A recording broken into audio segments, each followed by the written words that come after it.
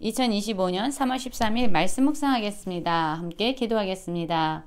예수 그리스도의 능력을 경험하게 하시고 예수님이 우리의 심령에 오셔서 주인이 되시고 우리의 심령을 말씀으로 가득 채워주시옵소서. 예수님 이름으로 기도했습니다. 아멘. 오늘의 말씀은 누가복음 11장 14절부터 26절까지의 말씀입니다. 말씀을 함께 살펴보시기 전에 개인적으로 말씀을 꼭 읽으시고 묵상하는 시간 가지시기 바랍니다.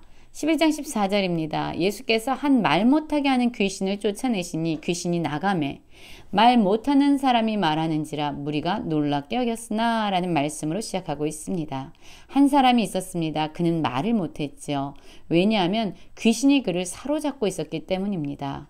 그런데 그 귀신의 통제를 받고 있었던 그 사람이 예수님으로 말미암아 말을 하게 되고 고침을 받고 자유함을 얻게 된 것입니다. 여러분, 얼마나 놀라운 일입니까? 예수님은 귀신을 쫓아내시며 귀신을 제어하는 능력이 있는 분이셨던 거죠. 이것을 보자 모든 사람들이 놀랍게 여겼습니다.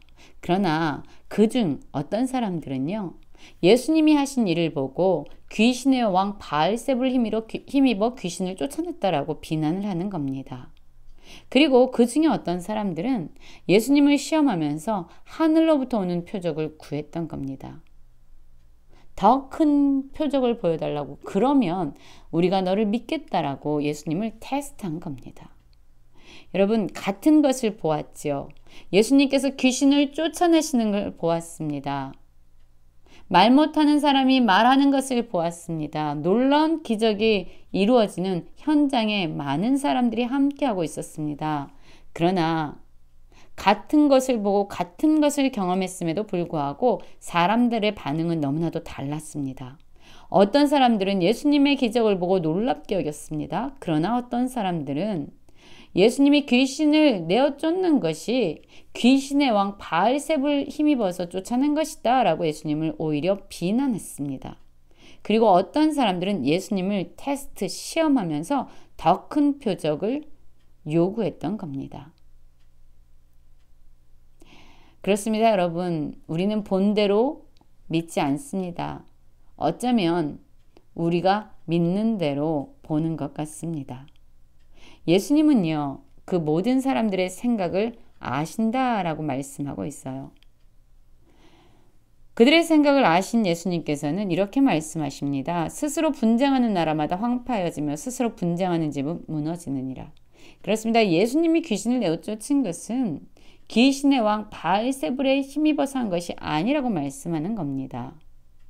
만약 그랬다면 사단은 서로 분쟁하기 때문에 그 사단의 나라는 무너지게 될 것이다 라고 말씀합니다.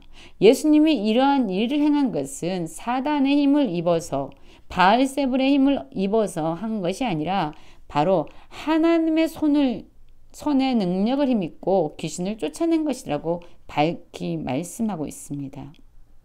예수님을 통해서 하나님의 능력이 나타났습니다. 예수님이 오심으로 말미암아 사단의 세력은 제압을 당했습니다. 예수님이 오심으로 말미암아 많은 영혼들이 자유를 얻고 치유함과 구원을 얻었습니다. 예수님으로 말미암아 하나님의 나라가 도래된 것입니다. 임하여진 겁니다. 이제 예수님을 통해서 하나님의 통치와 다스리심이 이루어진 거지요. 그러면서 예수님은 21절에 이렇게 말씀하고 있습니다. 강한 자가 무장을 하고 자기 집을 지킬 때에 그 소유가 안전하되 더 강한 자가 와서 그를 굴복시킬 때에는 그가 믿던 무장을 빼앗기고 그의 재물을 나누느니라 라고 말씀하고 있지요. 그렇습니다. 여기서 강한 자는 누구입니까? 사단의 세력입니다. 사단이 한 사람을 제압하고 있습니다. 그를 통치하고 있습니다. 그를 다스리고 있습니다. 그런데 더 강한 자가 온 거지요. 누굽니까? 예수님이 온 거예요. 그리고 예수님께서 그 사단의 세력을 내어 쫓으신 거지요. 그러자 예수의 능력에 그는 굴복을 당하고 내어 쫓김을 당하게 됩니다.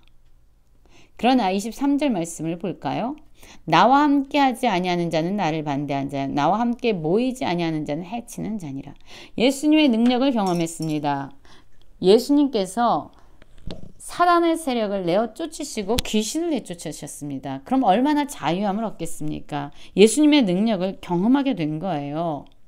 예수님께서 행하신 그 놀라운 일로 말미암아 기적과 치유와 자유를 얻게 된 겁니다. 그런데 예수님은 또한 이렇게 말씀합니다. 나와 함께하지 아니하는 자, 즉 예수님께서 능력을 행하셔서 귀신을 내어 쫓아 주신다면 그의 삶은 이제 주님과 함께하는 삶을 살아야 합니다. 그의 마음에 주님이 주인 되시는 말씀으로 채워지는 삶을 살아야 합니다.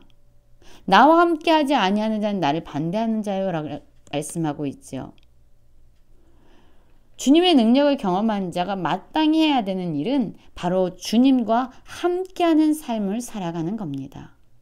주님과 함께 거하며 주님이 주인 되시는 삶을 살아가야 되는 거예요. 그렇지 아니할 때 어떤 일이 일어납니까?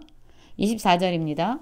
더러운 귀신이 사람에게서 나갔을 때에 물 없는 곳으로 다니며 쉬기를 구하되 얻지 못하고 이에 이르되 내가 나온 내 집으로 돌아가리라 하고 가서 보니 그 집이 청소되고 수리되었거늘 이에 가서 저보다 더 악한 귀신 7을 데리고 들어가서 거하니 그 사람의 나중 형편이 전보다 더 심하게 되었느니라. 그렇습니다, 여러분. 예수님께서 오셔서 귀신을 내어 쫓아주셨지요. 그러면 이 사람의 심령 가운데 마음 안에 이제 주님이 주인이 되셔서 이를 다스려야 합니다. 주님의 말씀으로 이 사람이 채워져야 합니다. 주님이 함께 하시는 삶을 살아가야 합니다.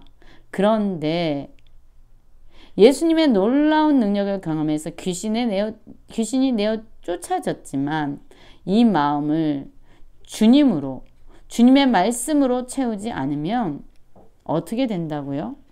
그 이전의 상태보다 더 심각한 상태로 전락할 수 있다라고 말씀해 주고 있는 겁니다.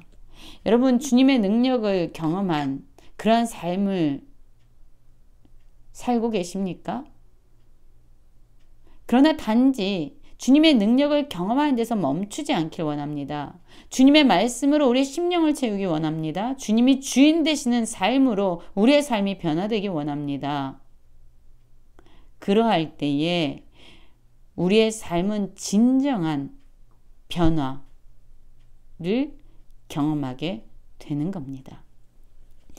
여러분, 우리의 삶도 예수님의 능력을 경험하는 삶이 아닙니까? 우리의 삶에서도 예수님의 기적과 놀라운 은혜를 경험하고 있지 않습니까? 우리는 예수님의 기적을 볼 때에 예수님의 은혜를 경험할 때 어떻게 생각하고 있으십니까? 우리를 붙들고 우리를 사로잡고 있는 모든 것이 예수의 이름으로 떠나가고 끊어지고 쫓김을 받습니다.